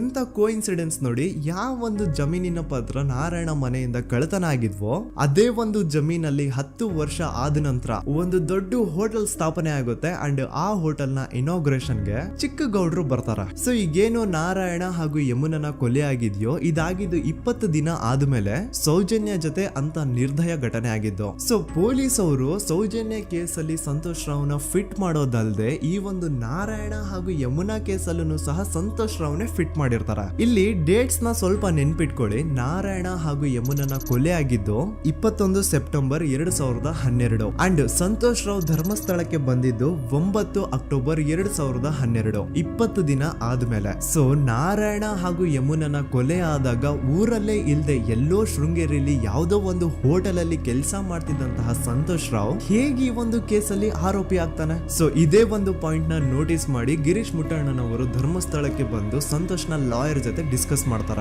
ದೆನ್ ಫೈನಲಿ ಏನೋ ತಪ್ಪು ಮಾಡದೆ ಸುಳ್ಳು ಆರೋಪಗಳಿಂದ ಕರಪ್ಟ್ ಪೊಲೀಸ್ ಆಫೀಸರ್ಸ್ ನ ಮಿಸ್ಲೀಡಿಂಗ್ ಇನ್ವೆಸ್ಟಿಗೇಷನ್ ಇಂದ ಸಂತೋಷ್ ರಾವ್ ತನ್ನ ಜೀವನದ 8-10 ವರ್ಷನ ಜೈಲಲ್ಲಿ ಕಳೆದು ಫೈನಲಿ ರಿಲೀಸ್ ಆಗ್ತಾನೆ. ಒಂಥರ ಈ ಕೇಸಿಂದ ಸಂತೋಷ್ ರಾವ್ನ ಇಡೀ ಲೈಫೇ ಸ್ಪಾಯ್ಲ್ ಆಗೋಯ್ತು. ಈಗ ಸಂತೋಷ್ ರಾವ್ ರಿಯಲ್ ಆರೋಪಿ ಅಲ್ಲ ಅಂತ ಕೋರ್ಟ್ ಅಲ್ಲಿ ಪ್ರೂವ್ ಆಯ್ತು. ಹಾಗಿದ್ರೆ ರಿಯಲ್ ಆರೋಪಿ ಯಾರು? ಪೊಲೀಸ್ ಅವರು ಯಾಕೆ ಕೇಸಲ್ಲಿ ಇಷ್ಟೊಂದು ಅನ್ಫೇರ್ ಇನ್ವೆಸ್ಟಿಗೇಷನ್ ಮಾಡಿದ್ರು? ಯಾರ ರಿಯಲ್ ಹೆಸರನ್ನ ಮುಚ್ಚಿಡ್ಲಿಕ್ಕೆ ಪೊಲೀಸ್ ಆಫೀಸರ್ಸ್ ಈ ಒಂದು ಕೇಸಲ್ಲಿ ಸಂತೋಷ್ ರಾವ್ನ ಸಿಗ್ಹಾಕ್ಸಿದ್ರು? ಇದೆಲ್ಲ ಥಿಂಕ್ ಮಾಡ್ತಾ ಹೋದ್ರೆ ನೋಡಿ, ಆ ಊರಲ್ಲಿ ಆ ಪೊಲೀಸ್ ಆಫೀಸರ್ಸ್ಗೆ ಲಂಚ ಕೊಡೋಷ್ಟು, ಒಂದು ಪೊಲೀಸ್ ಇನ್ವೆಸ್ಟಿಗೇಷನ್ ನ ಸ್ಟಾಪ್ ಮಾಡೋಷ್ಟು ಅಥವಾ ಇನ್ವೆಸ್ಟಿಗೇಷನ್ ನ ಮಿಸ್ಲೀಡ್ ಮಾಡೋಷ್ಟು ಇನ್ಫ್ಲುಯೆನ್ಸ್ ಆಗ್ಲಿ, ಪವರ್ ಆಗ್ಲಿ ಅಥವಾ ಮನಿ ಆಗ್ಲಿ ಊರಿನ ಗೌಡ್ರು ಹತ್ರ ಮಾತ್ರ ಇದ್ದಿದ್ದು. ಸೊ ಈಗ ಸಂಶಯದ ಮುಳ್ಳು ಗೌಡ್ರು ಕಡೆ ತಿರುಗುತ್ತಾ. ನೋಡಿ, ಪೊಲೀಸ್ ಅವರು ಸುಮ್ನೆ ಸಂತೋಷ್ ರಾವ್ನ ನಾರಾಯಣ ಹಾಗೂ ಯಮುನಾ ಕೇಸಲ್ಲಿ ಫಿಟ್ ಮಾಡಿದ್ರು. ಈಗ ಆ ಒಂದು ಕೊಲೆ ಪ್ರಕರಣಕ್ಕೂ ಸಂತೋಷ್ ರಾವ್ಗೂ ಏನು ಸಂಬಂಧನೇ ಇರ್ಲಿಲ್ಲ. ಹಂಗೆ ಥಿಂಕ್ ಮಾಡಿ, ನಾರಾಯಣ ಸತ್ರೆ ಅಥವಾ ಅವನ ತಂಗಿ ಯಮುನಾ ಸತ್ರೆ ಯಾರಿಗ ಅಡ್ವಾಂಟೇಜ್ ಆಗುತ್ತೆ? ಊರಿನ ಗೌಡ್ರಿಗೆ, ಯಾಕಂದ್ರೆ ಅವ್ರಿಗೆ ಜಮೀನ್ ಸಿಗುತ್ತಾ. ಸೊ ಈಗ ನಾರಾಯಣ ಹಾಗೂ ಯಮುನಾ ಕೇಸಲ್ಲಿ ಸಂತೋಷ್ ರಾವ್ ಆರೋಪಿ ಅಲ್ಲ ಅಂತ ಪ್ರೂವ್ ಆದ್ಮೇಲೆ ಹಾಗಿದ್ರೆ ಆ ಕೊಲೆ ಮಾಡ್ದವ್ರು ಯಾರು ಅಂತ ಹಾಗೆ ಥಿಂಕ್ ಮಾಡಿದ್ರೆ ಗಿರೀಶ್ ಮುಟ್ಟಣ್ಣನವರಿಗೆ ಆ ಊರಿನ ಗೌಡ್ರ ಮೇಲೆ ಡೌಟ್ ಬರುತ್ತೆ. ಅದೇ ಒಂದು ಡೌಟ್ ಅಲ್ಲಿ ಗಿರೀಶ್ ಮುಟ್ಟಣ್ಣನವರು ಮಹೇಶ್ ತಿಮ್ರೊಡ್ಡಿ ಅಂತ ಇನ್ನೊಬ್ರ ಜೊತೆ ಸೇರ್ಕೊಂಡು ಈ ಹಿಂದೆ ಆ ಒಂದು ಊರಲ್ಲಿ ಆ ಧರ್ಮಸ್ಥಳದಲ್ಲಿ ಈ ಊರಿನ ಗೌಡ್ರು ಯಾವ್ದ್ಯಾವ್ದೆಲ್ಲ ಕ್ರೈಮ್ ಗಳು ಮಾಡಿದಾರೆ ಅಂತ ಊರಿನ ಜನರಿಂದ ತಿಳ್ಕೊತಾರ. ನಂತರ ಆ ಊರಿನ ಜನ ಯಾವ್ದ್ಯಾವ್ದೆಲ್ಲ ಮ್ಯಾಟರ್ಸ್ ಹೇಳಿದ್ರು ಆ ಕೇಸ್ ಫೈಲ್ಸ್ ನೆಲ್ಲ ತಿರುಗಿಸಿ ಮುರುಗಿಸಿ ನೋಡಿದಾಗ ನೀವು ನಂಬಲ್ಲ, ಸೌಜನ್ಯ ಕೇಸ್ ಏನೇನು ಅಲ್ಲ, ಅದಕ್ಕಿಂತ ಭೀಕರ ಕೊಲೆಗಳು ಧರ್ಮಸ್ಥಳದಲ್ಲಿ ಆಗಿವೆ ಅಂಡ್ ಎಲ್ಲಾ ಕೊಲೆಗಳ ಹಿಂದೆ ಗೌಡ್ರು ಕುಟುಂಬದ್ದೇ ಕೈ ಇದೆ ಅಂತ ಎದ್ದು ಕಾಣಿಸುತ್ತೆ. 1977 ವೇದಾವಲ್ಲಿ ಕೇಸ್. ಅಂಡ್ ಈ ಒಂದು ಪ್ರೈವೇಟ್ ಸ್ಕೂಲು ಬೇರೆ ಯಾರ್ದು ಅಲ್ಲ, ಆ ಗೌಡ್ರು ಕುಟುಂಬದ. ಈ ಸ್ಕೂಲ್ ಅಲ್ಲಿ 1977 ಅಲ್ಲಿ ವೇದಾವಲ್ಲಿ ಅಂತ ಒಬ್ರು ಟೀಚರ್ ವರ್ಕ್ ಮಾಡ್ತಿರ್ತಾರ. ವೇದಾವಲ್ಲಿ ಆ ಟೀಚರ್ ಜಾಬ್ ಗೆ ತುಂಬಾನೇ ಓವರ್ ಕ್ವಾಲಿಫೈಡ್. ಅವರ ಕ್ವಾಲಿಫಿಕೇಶನ್ಸ್ ನ ಗಮನದಲ್ಲಿ ಇಟ್ಕೊಂಡ್ರೆ ಅವ್ರಿಗೆ HM ಅಥವಾ ಪ್ರಿನ್ಸಿಪಲ್ ನ ಪೋಸ್ಟ್ ಸಿಗ್ಬೇಕು. ಆದ್ರೂ ಸಹ ವೇದಾವಲ್ಲಿ ಆಸ್ ಎ ಟೀಚರ್ ಆಗಿನೇ ಕೆಲಸ ಮಾಡ್ಕೊಂಡು ಹೋಗ್ತಿರ್ತಾರ. ಒಮ್ಮೆ ಏನಾಗುತ್ತೆ, ಸ್ಕೂಲ್ ಅಲ್ಲಿ ಪ್ರಿನ್ಸಿಪಲ್ ನ ಪೋಸ್ಟ್ ಖಾಲಿ ಆಗುತ್ತೆ ಅಂಡ್ ಆ ಒಂದು ಪೋಸ್ಟ್ ಗೆ ಎಲ್ರು ಏನ್ ಅನ್ಕೊಳ್ತಾರೆ, ವೇದಾವಲ್ಲಿನೇ ಸೆಲೆಕ್ಟ್ ಮಾಡೋದು ಅಂತ. ಆದ್ರೆ ವೇದಾವಲ್ಲಿಯ ಕ್ಯಾಸ್ಟ್ ಬೇರೆ ಇದೆ ಅನ್ನೋ ಒಂದೇ ಒಂದು ಕಾರಣಕ್ಕೆ ಆ ಪ್ರಿನ್ಸಿಪಲ್ ನ ಪೋಸ್ಟ್ ವೇದಾವಲ್ಲಿಗೆ ಸಿಗದೆ ಬೇರೆ ಯಾರನ್ನೋ ತಂದು ಕೂರಿಸ್ಬಿಟ್ಟಿರ್ತಾರ. ಇದರಿಂದ ಟೀಚರ್ ವೇದಾವಲ್ಲಿಗೆ ತುಂಬಾ ಕೋಪ ಬಂದು ಅವ್ರ ಸ್ಕೂಲ್ ಮುಂದೆ ಪ್ರೊಟೆಸ್ಟ್ ಮಾಡೋದ್ ಸ್ಟಾರ್ಟ್ ಮಾಡ್ತಾರ. ಅಂಡ್ ಈ ವಿಷಯ ಸ್ಕೂಲ್ ನ ಓನರ್ಸ್ ಗೆ ಇಷ್ಟ ಆಗಲ್ಲ. ಸೊ ಅವರು ಆ ಕೋಪನ ಹಾಗೆ ಮನ್ಸಲ್ಲಿ ಇಟ್ಕೊಂಡಿರ್ತಾರೆ. ಒಮ್ಮೆ ಏನಾಗುತ್ತೆ, ಸ್ಕೂಲ್ ರಜೆ ಇರುತ್ತೆ, ವೇದಾವಲ್ಲಿ ಮನೇಲಿ ಇರ್ತಾರ ಅಂಡ್ ಅವ್ರ ಹಸ್ಬೆಂಡ್ ಡಾಕ್ಟರ್ ಅರಳೆ ಅವ್ರಿಗೆ ಯಾವ್ದೋ ಬೇರೆ ಊರಲ್ಲಿ ಒಂದು ಕಾಲೇಜ್ ಅಲ್ಲಿ ಸೆಮಿನಾರ್ ಏನೋ ಇರುತ್ತೆ. ಸೊ ಅವರು ಅಲ್ಲಿಗೆ ಹೋಗಿರ್ತಾರೆ. ಈಗ ಮನೇಲಿ ಇರೋದು ವೇದಾವಲ್ಲಿ ಒಂದೇ. ಇದೇ ಒಂದು ಅವಕಾಶನ ನೋಡ್ಕೊಂಡು ಯಾರೋ ವೇದಾವಲ್ಲಿ ಅವ್ರ ಮನೆಗೆ ನುಗ್ಗಿ ವೇದಾವಲ್ಲಿಗೆ ಹೊಡೆದು ನಂತರ ಅವ್ರನ್ನ ಜೀವಂತವಾಗಿ ಸುಟ್ಬಿಡ್ತಾರ. ಸ್ವಲ್ಪ ಹೊತ್ತು ನಂತರ ರಾತ್ರಿ ಆಗ್ತಿದ್ದಂಗೆ ಡಾಕ್ಟರ್ ಅರಳೆ ಅವರು ಮನೆಗೆ ವಾಪಸ್ ಬರ್ತಾರೆ ಅಂಡ್ ಮನೆ ಒಳಗಡೆ ಬಂದ್ ನೋಡಿದ್ರೆ ವೇದಾವಲ್ಲಿ ಅವರು ಸತ್ ಹೋಗಿ ಅವರ ಬಾಡಿ ಸುಟ್ ಹೋಗಿ ನೆಲದ ಮೇಲೆ ಬಿದ್ದಿದೆ. ಹೆಂಡತಿನ ಕಳ್ಕೊಂಡಿರುವಂತಹ ದುಃಖನ ಸೈಡ್ಗೆ ಇಟ್ಟು ಡಾಕ್ಟರ್ ಅರಳೆ ಅವರು ಮೊದ್ಲು ಪೊಲೀಸ್ ಸ್ಟೇಷನ್ಗೆ ಹೋಗ್ಬಿಟ್ಟು ನಮ್ ಮನೆಗೆ ನಾನ್ ಇಲ್ದೇ ಇರುವಂತಹ ಸಮಯನ ನೋಡ್ಕೊಂಡು ಯಾರೋ ಮನೆ ಒಳಗಡೆ ನುಗ್ಗಿ ನನ್ನ ಹೆಂಡತಿನ ಹೊಡೆದು ನಂತರ ಅವಳನ್ನ ತುಂಬಾ ಭೀಕರವಾಗಿ ಸಾಯಿಸಿದರೆ ಅಂತ ಪೊಲೀಸ್ ಅವ್ರಿಗೆ ರಿಪೋರ್ಟ್ ಕೊಡಕ್ ಹೋದ್ರೆ ಅಲ್ಲಿ ಪೊಲೀಸ್ ಅವರು ಉಲ್ಟಾ ಡಾಕ್ಟರ್ ಅರಳೆ ಮೇಲೆನೆ FIR ಬರ್ದು ನೀನೇ ನಿನ್ ಹೆಂಡತಿನ ಸಾಯಿಸಿದ್ಯಾ, ನಾಟಕ ಮಾಡಬೇಡ ಅಂತ ಅವ್ರನ್ನೇ ಅರೆಸ್ಟ್ ಮಾಡ್ಬಿಡ್ತಾರ. ನಂತರ 2-3 ವರ್ಷ ಜೈಲಲ್ಲೇ ಇದ್ದು ಡಾಕ್ಟರ್ ಅರಳೆ ಅವರು ತಮ್ಮ ಫ್ರೆಂಡ್ಸ್ ಅಂಡ್ ಫ್ಯಾಮಿಲಿ ಮೂಲಕ ಎವಿಡೆನ್ಸ್ ನೆಲ್ಲ ಕಲೆಕ್ಟ್ ಮಾಡಿಸಿ ತಾನ ಕೊಲೆನ ಮಾಡಿಲ್ಲ, ತನ್ನ ಹೆಂಡತಿನ ಸಾಯಿಸಿಲ್ಲ ಅಂತ ಕೋರ್ಟ್ ಅಲ್ಲಿ ಪ್ರೂವ್ ಮಾಡ್ಕೊಂಡು ಜೈಲಿಂದ ರಿಲೀಸ್ ಆಗ್ತಾರ. ಸೊ ಈಗ ಡಾಕ್ಟರ್ ಅರಳೆ ಅವರು ಈ ಒಂದು ಕ್ರೈಮ್ ನ ಮಾಡಿಲ್ಲ ಅಂತಂದ್ರೆ ವೇದಾವಲ್ಲಿನ ಅಷ್ಟು ಭೀಕರವಾಗಿ ಸಾಯಿಸಿದವ್ರು ಯಾರು, ಈ ವಿಷಯ ಇವತ್ತಿನವರೆಗೂ ಗೊತ್ತಾಗಿಲ್ಲ. 1986 ಅಲ್ಲಿ ನಡೆದಂತಹ ಪದ್ಮಲತಾ ಕೇಸ್. ಪದ್ಮಲತಾ ಅವ್ರ ತಂದೆ ಕಮ್ಯುನಿಸ್ಟ್ ಪಾರ್ಟಿನ ಲೀಡರ್ ಇರ್ತಾರೆ. ಅವ್ರ ರಿಯಲ್ ನೇಮ್ ಏನು ಅಂತ ನಮಗ್ ಗೊತ್ತಾಗಿಲ್ಲ, ಬಟ್ ಈ ವಿಡಿಯೋದಲ್ಲಿ ಅವ್ರ ಹೆಸರು ಲಕ್ಷ್ಮಣ್ ಅಂತ ಅನ್ಕೊಳ್ಳಿ. ಸೊ ಕಮ್ಯುನಿಸ್ಟ್ ಪಾರ್ಟಿನ ಲೀಡರ್ ಇರುವಂತಹ ಲಕ್ಷ್ಮಣ್ ಅವ್ರಿಗೆ ಊರಲ್ಲಿ ತುಂಬಾನೇ ಸಪೋರ್ಟ್ ಇರುತ್ತೆ, ಊರಿನ ಜನರ ಫೇವ್ರೇಟ್ ಇರ್ತಾರೆ ಇವರು. ಅಂಡ್ ಅದೇ ವರ್ಷ ಅಂದ್ರೆ 1986 ಅಲ್ಲಿ ಪಂಚಾಯತ್ ಎಲೆಕ್ಷನ್ ಬೇರೆ ಇರುತ್ತೆ ಅಂಡ್ ಎಲ್ರಿಗೂ ಗೊತ್ತಿತ್ತು ಲಕ್ಷ್ಮಣೆ ಗೆಲ್ಲೋದು ಅಂತ. ಆ ಪಂಚಾಯತ್ ಎಲೆಕ್ಷನ್ ಅಲ್ಲಿ ಲಕ್ಷ್ಮಣ್ ಆಪೋಸಿಟ್ ಗೌಡ್ರಿಗೆ ತುಂಬಾ ಬೇಕಾಗಿರೋರು ಒಬ್ರು ನಿಂತಿರ್ತಾರ ಅಂಡ್ ಅವ್ರಿಗೂ ಗೊತ್ತಿತ್ತು ಎಲೆಕ್ಷನ್ ಏನಾದ್ರು ಆದ್ರೆ ಲಕ್ಷ್ಮಣ ಎಲೆಕ್ಷನ್ ಅಲ್ಲಿ ಗೆಲ್ಲೋದು ಅಂತ. ಸೊ ಎಲ್ಲಿ ಸೋತೋಗ್ಬಿಡ್ತೀವೋ ಅನ್ನೋ ಭಯಕ್ಕೆ ಆ ಗೌಡ್ರು ಕಡೆ ಅವ್ರು ಏನ್ ಮಾಡ್ತಾರೆ, ಲಕ್ಷ್ಮಣ್ನ ಅಪ್ರೋಚ್ ಮಾಡಿ ಮುಚ್ಕೊಂಡು ಈ ಪಂಚಾಯತ್ ಎಲೆಕ್ಷನ್ ಅಲ್ಲಿ ನಿನ್ ನಾಮಿನೇಷನ್ ನ ಕ್ಯಾನ್ಸಲ್ ಮಾಡು ಅಂತ ವಾರ್ನಿಂಗ್ ಕೊಡ್ತಾರ. ಆದ್ರೆ ಲಕ್ಷ್ಮಣ್ ಅವರು ಅಂಜದೆ ನೀವ್ ಏನ್ ಮಾಡ್ತಿರೋ ಮಾಡ್ಕೊಳ್ರಿ, ಆದ್ರೆ ನಾನ್ ಮಾತ್ರ ನಾಮಿನೇಷನ್ ನ ಕ್ಯಾನ್ಸಲ್ ಮಾಡಲ್ಲ ಅಂತ ಆ ಗೌಡ್ರು ಕುಟುಂಬನ ಎದುರು ಹಾಕೋತಾರ. ದೆನ್ ಎಂತ ಕೋಇನ್ಸಿಡೆನ್ಸ್ ನೋಡಿ, ನೆಕ್ಸ್ಟ್ ಡೇನೆ ಲಕ್ಷ್ಮಣ್ ಅವ್ರ ಮಗಳು ಪದ್ಮಲತಾ ಕಿಡ್ನಾಪ್ ಆಗ್ತಾಳ. ಸುಮಾರು 56 ದಿನ ಅವಳನ್ನ ಯಾರೋ ಕಿಡ್ನಾಪ್ ಮಾಡ್ತಾರೆ ಅಂಡ್ ಆ 56 ದಿನ ಡೈಲಿ ಅವಳನ್ನ ಶೋಷಣೆ ಕೂಡ ಮಾಡ್ತಾರ. ನಂತರ 56 ದಿನ ಆದ್ಮೇಲೆ ಪದ್ಮಲತನ ಬಾಡಿ ನೇತ್ರಾವತಿ ನದಿಲಿ ತೇಲ್ತಾ ಸಿಗುತ್ತಾ. ಆಸ್ ಎಕ್ಸ್ಪೆಕ್ಟೆಡ್ ಈ ಕೇಸಲ್ಲೂ ಪೊಲೀಸ್ ಅವ್ರ ಕಡೆಯಿಂದ ಪ್ರಾಪರ್ ಇನ್ವೆಸ್ಟಿಗೇಷನ್ ಆಗಲ್ಲ ಅಂಡ್ ಯಾರ್ ಪದ್ಮಲತನ ಕಿಡ್ನಾಪ್ ಮಾಡಿದ್ರು, ಯಾರು ಅವಳನ್ನ 15 ದಿನವರೆಗೂ ಶೋಷಣೆ ಮಾಡಿ ನಂತರ ಅವಳನ್ನ ಅಷ್ಟು ಭೀಕರವಾಗಿ ಸಾಯಿಸಿದ್ರು ಅಂತ ಇವತ್ತಿನ ದಿನದವರೆಗೂ ಗೊತ್ತಾಗಿಲ್ಲ. ಮತ್ತೆ ನಮಗೆ ಗೊತ್ತಾದದು 22ಕ್ಕೆ ಸ್ಕೂಲ್ ಡೇ 56 ದಿನ ಕಳೆದು ಹೊಳೆಯಲ್ಲಿ ಹೆಣ ಉಂಡು ಅಂತ ಕೇಳಿ ಪೊಲೀಸಿನವರು ಬರುವಾಗ ಬಂದು ಹೇಳುವಾಗ ನಮಗೆ ಗೊತ್ತಾದ. ಅವರು ನನ್ನನ್ನು ಕರ್ಕೊಂಡೋಗಿ ಅಲ್ಲಿಗೆ ಹೋಗಿದೆ.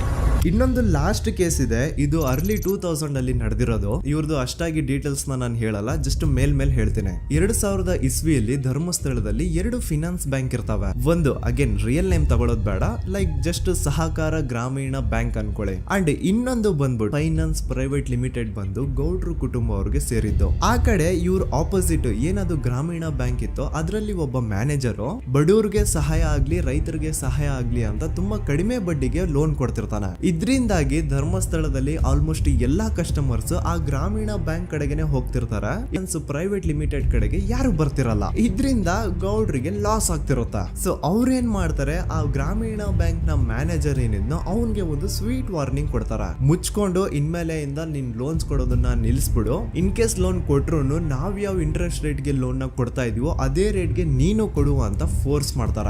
ಆದ್ರೆ ಆ ಗ್ರಾಮೀಣ ಬ್ಯಾಂಕ್ ನ ಮ್ಯಾನೇಜರು ಇದ್ಯಾವುದನ್ನು ಕಿವಿಗೆ ಹಾಕೊಳ್ಳಾರ್ದೆ ಅವನ್ ಕೆಲಸ ಅವ್ನ್ ಮಾಡ್ಕೊಂಡು ಹೋಗ್ತಾನ. ದೆನ್ ಸಡನ್ಲಿ ಒಂದು ದಿನ ಬ್ಯಾಂಕ್ ಮ್ಯಾನೇಜರ್ ನ ಹೆಂಡತಿನ ಮನೆ ಒಳಗಡೆನೆ ನುಗ್ಗಿ ಯಾರು ಮಾಡಿ ತುಂಬಾ ಭೀಕರವಾಗಿ ಸಾಯಿಸ್ಬಿಡ್ತಾರ. ಇದರ ರಿಗಾರ್ಡಿಂಗ್ ಆ ಬ್ಯಾಂಕ್ ಮ್ಯಾನೇಜರ್ ಪೊಲೀಸ್ ಸ್ಟೇಷನ್ ಅಲ್ಲಿ ಕಂಪ್ಲೇಂಟ್ ಕೊಡಕ್ ಹೋದ್ರೆ ಪೊಲೀಸ್ ಅವರು ಉಲ್ಟಾ ಆ ಬ್ಯಾಂಕ್ ಮ್ಯಾನೇಜರ್ ಹೆಸರಲ್ಲೇ FIR ಬರ್ದು ನೀನೇ ನಿನ್ ಹೆಂಡತಿನ ಸಾಯಿಸಿದ್ಯಾ ಅಂತ ಅವನ್ನೇ ಅರೆಸ್ಟ್ ಮಾಡ್ಬಿಡ್ತಾರ. ನಂತರ 1-2-3 ವರ್ಷ ಆ ಬ್ಯಾಂಕ್ ಮ್ಯಾನೇಜರ್ ಜೈಲಲ್ಲಿ ಇರ್ತಾನೆ. ಅದಾದ್ಮೇಲೆ ಅವನ ಕ್ರೈಮ್ ನ ಮಾಡಿಲ್ಲ ಅಂತ ಕೋರ್ಟ್ ಅಲ್ಲಿ ಪ್ರೂವ್ ಆಗುತ್ತೆ. ಆದ್ರೆ ರಿಯಲ್ ಕ್ರೈಮ್ ಮಾಡಿದವರು ಯಾರು ಅಂತ still it's A question mark. And ಇನ್ನೊಂದು ನಾರಾಯಣ ಅಂಡ್ ಯಮುನಾ ಕೇಸ್ ಬಗ್ಗೆ ಅಂತೂ ನಾನು ಆಗ್ಲೇ ನಿಮ್ಗೆ ಎಕ್ಸ್ಪ್ಲೇನ್ ಮಾಡಿದೆ. ಸೊ ಎಂತಹ ಕೋ ಇನ್ಸಿಡೆಂಟ್ಸ್ ಗಳು ನೋಡಿ, ಯಾರೆಲ್ಲ ಆ ಧರ್ಮಸ್ಥಳದಲ್ಲಿ ಗೌಡ್ರು ಕುಟುಂಬನ ಎದುರಾಕೊಂಡಿದಾರೋ ಅವ್ರ ಜೀವನದಲ್ಲಿ ಏನೋ ಒಂದು ತುಂಬಾ ದೊಡ್ಡ ದುರಂತ ನಡೆದು ಹೋಗುತ್ತಾ. ಅಂಡ್ ಸರ್ಪ್ರೈಸಿಂಗ್ಲಿ ಅವ್ರ ಕೇಸಲ್ಲಿ ಪೊಲೀಸ್ ಅವ್ರ ಕಡೆಯಿಂದ ಪ್ರಾಪರ್ ಇನ್ವೆಸ್ಟಿಗೇಷನ್ ಆಗಲ್ಲ. ಅಂಡ್ ಯಾರ ಆ ಕ್ರೈಮ್ ನ ಮಾಡಿದ್ರು ಅಂತ ಯಾವತ್ತೂ ಹೊರಗೆ ಬರೋದೇ ಇಲ್ಲ. ಸೊ ಈ ಗೌಡ್ರು ಕುಟುಂಬದವರು ಧರ್ಮಸ್ಥಳದಲ್ಲಿ ಬೇಜನ್ ಕರ್ಮಕಾಂಡಗಳನ್ನ ಮಾಡಿದ್ದಾರೆ. ಅಂಡ್ ಅವ್ರ ಪವರ್ ಅಂಡ್ ಅವ್ರಿಗಿರುವಂತಹ ಇನ್ಫ್ಲೂಯೆನ್ಸ್ ಇಂದ ಆ ಎಲ್ಲಾ ಕೇಸ್ ನ ಮುಚ್ಚಾಕಿದ್ದಾರೆ ಅಂತ ಮಹೇಶ್ ಹಾಗೂ ಗಿರೀಶ್ ಮುಟ್ಟಣ್ಣನವರ ಹೇಳಿಕೆ ಆಗಿದೆ. ಸೊ ಗೌಡ್ರು ಫ್ಯಾಮಿಲಿನ ಟ್ರ್ಯಾಕ್ ರೆಕಾರ್ಡ್ ನೋಡಿದ್ರೆ ಧರ್ಮಸ್ಥಳದಲ್ಲಿ ಒಂದು ಹುಡುಗಿನ ರೇಪ್ ಅಂಡ್ ಮರ್ಡರ್ ಮಾಡಿ ದೆನ್ ಪೊಲೀಸ್ ಅವ್ರಿಗೆ ಲಂಚ ಕೊಟ್ಟು ಇನ್ವೆಸ್ಟಿಗೇಷನ್ ನ ಮಿಸ್ಲೀಡ್ ಮಾಡುವಷ್ಟು ಪವರ್ ಇನ್ಫ್ಲೂಯೆನ್ಸ್ ಈ ಗೌಡ್ರು ಕುಟುಂಬಕ್ಕೆ ಮಾತ್ರ ಇರೋದು. ಈಗ ಸಂತೋಷ್ ರಾವ್ ಅಂತೂ ಸೌಜನ್ಯ ಕೇಸಲ್ಲಿ ಆರೋಪಿ ಅಲ್ಲ ಅಂತ ಪ್ರೂವ್ ಆಯ್ತು. ಹಾಗಿದ್ರೆ ರಿಯಲ್ ಆರೋಪಿ ಯಾರು? ನೆನಪು ಮಾಡ್ಕೊಳ್ಳಿ, 11 ಅಕ್ಟೋಬರ್ 2012 ಸಂಜೆ 5 ಗಂಟೆ ಹಾಗೆ ಬಾಹುಬಲಿ ಬೆಟ್ಟದಲ್ಲಿ ಸಂತೋಷ್ ರಾವ್ ತನ್ನ ಪಾಡಿಗೆ ತಾನು ಸೀನರೀಸ್ ನ ಎಂಜಾಯ್ ಮಾಡ್ಕೊಂಡು ಸುಮ್ಮನೆ ಕೂತಿರ್ಬೇಕಾದ್ರೆ ಅವನ ಹತ್ರ 5 ಜನ ಕಿಡಿಗೇಡಿಗಳು ಬಂದು ಜಗಳ ತೆಗಿತಾರ. ಆ 5 ಜನ ಕಿಡಿಗೇಡಿಗಳು ಯಾರು ಅಂತ ನಾನು ಇಲ್ಲಿವರೆಗೂ ನಿಮ್ಗೆ ಹೇಳಿಲ್ಲ. ಸೊ ಅವರು ಬೇರೆ ಯಾರು ಅಲ್ಲ, ಚಿಕ್ಕ ಗೌಡ್ರು ಮಗ ನಿಶಾಂತ್ ಜೈನ್ ನ ವೆರಿ ಕ್ಲೋಸ್ ಫ್ರೆಂಡ್ಸ್. ಅವ್ರು ದಣಿ ಮಾಡಿರುವಂತಹ ಕ್ರೈಮ್ ಅಲ್ಲಿ ಬೇರೆ ಯಾರನ್ನಾದ್ರೂ ಸಿಗಿಸ್ಬೇಕಲ್ಲ ಅಂತ ಇವ್ರು ಬಕ್ರ ಹುಡುಕ್ತಾ ಇರ್ಬೇಕಾದ್ರೆ ಆಗ ಇವ್ರಿಗೆ ಸಿಗೋದೆ ಸಂತೋಷ್ ರಾವ್. ಅಗೇನ್ ಇನ್ನೊಂದು ಎಂತ ಕೋಇನ್ಸಿಡೆನ್ಸ್ ನೋಡಿ, ಸಂತೋಷ್ ರಾವ್ ಸೌಜನ್ಯ ಕೇಸಲ್ಲಿ ಅರೆಸ್ಟ್ ಆದ ನಂತರ ಚಿಕ್ಕ ಗೌಡ್ರು ಮಗ ನಿಶಾಂತ್ ಜೈನ್ ದೇಶನೇ ಬಿಟ್ಟು ಹೋಗ್ಬಿಡ್ತಾನೆ. ಈ ಕೇಸಲ್ಲಿ ಚಿಕ್ಕ ಗೌಡ್ರು ಮಗ ಇನ್ವಾಲ್ವ್ಮೆಂಟ್ ಇದೆ ಅಂತ ಯಾರಿಗೂ ಡೌಟೇ ಬರ್ತಾ ಇರ್ಲಿಲ್ಲ. ಡೌಟ್ ಯಾವಾಗ ಬಂತು ಅಂದ್ರೆ ಆ 5 ಜನ ಕಿಡಿಗೇಡಿಗಳು ಯಾರು ಸಂತೋಷ್ನ ಈ ಒಂದು ಕೇಸಲ್ಲಿ ಸಿಗಾಕ್ಸಿದ್ರು ಆ 5 ಜನರಲ್ಲಿ ಒಬ್ಬ ರವಿ ಪೂಜಾರಿ ಅಂತಾನು ಇರ್ತಾನೆ. ಅವನ್ಗೆ ತಾನು ತಪ್ಪು ಮಾಡಿದೀನಿ ಅಂತ ಗಿಲ್ಟ್ ಕಾಡುತ್ತೋ ಅಥವಾ ಬೇರೆ ಏನೋ ಗೊತ್ತಿಲ್ಲ, ಆದ್ರೆ ಅವನೇ ಸ್ವತಃ ಪೊಲೀಸ್ ಅವ್ರ ಹತ್ರ ಹೋಗ್ಬಿಟ್ಟು ಸೌಜನ್ಯ ಕೇಸಲ್ಲಿ ನಿಜವಾದ ಆರೋಪಿ ಸಂತೋಷ್ ಅಲ್ಲ ಕಂಡ್ರು, ಅವನ್ನ ಸುಮ್ನೆ ಸಿಗಾಕ್ಸಿರೋದಷ್ಟೇ, ನಿಜವಾದ ಆರೋಪಿಗಳು ಚಿಕ್ಕ ಗೌಡ್ರು ಮಗ ನಿಶಾಂತ್ ಜೈನ್ ಅಂಡ್ ಅವನ್ ಫ್ರೆಂಡ್ಸ್ ಸೂರಜ್, ಕಿರಣ್ ಅಂಡ್ ಕಣ್ಮಣಿ ಅಂತ. ಈ ಎಲ್ಲಾ ವಿಷಯನ ರವಿ ಪೂಜಾರಿ ಪೊಲೀಸ್ ಅವ್ರಿಗೆ ತಿಳಿಸ್ತಾನೆ. ಅಗೇನ್ ಎಂತ ಒಂದು ಕೋಇನ್ಸಿಡೆನ್ಸ್ ನೋಡಿ, ಈ ವಿಷಯಗಳನ್ನ ಊರಿನ ಜನರು ಮುಂದೆ ಹೇಳಿದಂತಹ ರವಿ ಪೂಜಾರಿ ಆಕಸ್ಮಿಕವಾಗಿ ಸತ್ತು ಹೋಗ್ಬಿಡ್ತಾನೆ. ಇವನು ಹೇಳಿದ್ದು ನಿಜ ಅಂತ ಜನರಿಗೆ ಯಾವಾಗ ಕನ್ಫರ್ಮ್ ಆಗುತ್ತೆ ಅಂದ್ರೆ ಸೌಜನ್ಯಗೆ ತುಂಬಾ ಹತ್ರವಾದವ್ರು ಒಬ್ರು ಯಶೋಧ ಅನ್ನೋರು ಕೋರ್ಟ್ ಅಲ್ಲಿ ಬಂದ್ಬಿಟ್ಟು ಸೌಜನ್ಯ ಕೊಲೆ ಆಗಿದ್ದ ದಿನ ಆ ಒಂದು ಸ್ಪಾಟ್ ಅಲ್ಲಿ ನಾನು ಈ 3 ಜನರನ್ನ ನೋಡಿದ್ದೆ ಅಂತ ಸಾಕ್ಷಿ ಹೇಳ್ತಾರೆ. ಈಗ ಎಲ್ಲಾ ಡಾಟ್ಸ್ ನ ಕನೆಕ್ಟ್ ಮಾಡ್ತಾ ಹೋದ್ರೆ ಸೌಜನ್ಯ ಕೇಸ್ ಒಂದೇ ಅಲ್ಲ, ನಾರಾಯಣ ಹಾಗೂ ಯಮುನಾ ಕೇಸಲ್ಲೂ, ವೇದವಲ್ಲಿ ಕೇಸಲ್ಲೂ, ಆ ಬ್ಯಾಂಕ್ ಮ್ಯಾನೇಜರ್ ನ ಕೇಸಲ್ಲೂ ಹಾಗೂ ಪದ್ಮಲತಾ ಕೇಸಲ್ಲೂ ಸೀದಾ ಡೈರೆಕ್ಟ್ ಡೌಟ್ ಬರೋದೆ ಊರಿನ ಗೌಡ್ರ ಮೇಲೆ. I really want to appreciate Kudla rampage YouTube channel, third eye YouTube channel, Girish ಮುಟ್ಟಣ್ಣನವರು ಸರ್ ಹಾಗೂ ಮಹೇಶ್ ಅವರು ಅಂಡ್ ಆಲ್ ಅದರ್ಸ್. ಇವರ ಕಾನ್ಸ್ಟೆಂಟ್ ಎಫರ್ಟ್ಸ್ ಇಂದಾನೆ ಸತ್ಯ ಏನಂತ 1 by 1 ಹೊರಗೆ ಬರ್ತಿದೆ and they are trying their level best to catch real criminals. At present Soujanya case ಬಗ್ಗೆ ಅಪ್ಡೇಟ್ ಏನು ಅಂತಂದ್ರೆ ಹೈಕೋರ್ಟ್ ವರೆಗೂ ಈ ಒಂದು ಕೇಸ್ ಹೋಗಿದೆ ಅಂಡ್ ಈ ಕೇಸಲ್ಲಿ ಈಗ ಇನ್ನೊಮ್ಮೆ ಮತ್ತೆ ಫ್ರೆಶ್ ಆಗಿ ರೀಇನ್ವೆಸ್ಟಿಗೇಷನ್ ಸ್ಟಾರ್ಟ್ ಆಗಬೇಕು ಅಂತ ಹೋರಾಟ ನಡೀತಿದೆ. ಸದುತ ಪ್ರಜೆಗಳೇ, ಇದಾಗಿತ್ತು ಸೌಜನ್ಯ ಕೇಸ್ ಬಗ್ಗೆ ನಮ್ಮ ಒಂದು ಡೀಟೇಲ್ಡ್ ವಿಡಿಯೋ. ಈ ವಿಡಿಯೋದಲ್ಲಿ ನನ್ನಿಂದ ಎಲ್ಲಾದ್ರೂ ಏನಾದ್ರೂ ಚಿಕ್ಕ ಪುಟ್ಟ ಇನ್ಫಾರ್ಮೇಶನ್ ಮಿಸ್ ಆಗಿದ್ರೆ ಅಥವಾ ಮಿಸ್ಟೇಕ್ ಆಗಿದ್ರೆ ಅದನ್ನ ದಯವಿಟ್ಟು ಕಮೆಂಟ್ ಸೆಕ್ಷನ್ ಅಲ್ಲಿ ಹೈಲೈಟ್ ಮಾಡಿ. ಈ ವಿಡಿಯೋ ಯಾವಾಗ ಯೂಟ್ಯೂಬ್ ಇಂದ ಡಿಲೀಟ್ ಆಗುತ್ತೋ ನನ್ಗಂತೂ ಗೊತ್ತಿಲ್ಲ. ಸೊ ಪ್ಲೀಸ್ ಆದಷ್ಟು ಬೇಗ ಇದನ್ನ ಎಲ್ಲಾ ಕಡೆ ಶೇರ್ ಮಾಡಿ. ಓಕೆ ಪ್ರಜೆಗಳೇ, ಇವತ್ತಿಗಿಷ್ಟು ಸಾಕು ಅನ್ಕೊಳ್ತೀನಿ. ನಾನು ನಿಮ್ಮ ದೂತ ಸಮೀರ್ MD. ಮತ್ತೆ ಸಿಗ್ತೀನಿ ನೆಕ್ಸ್ಟ್ ವಿಡಿಯೋದಲ್ಲಿ.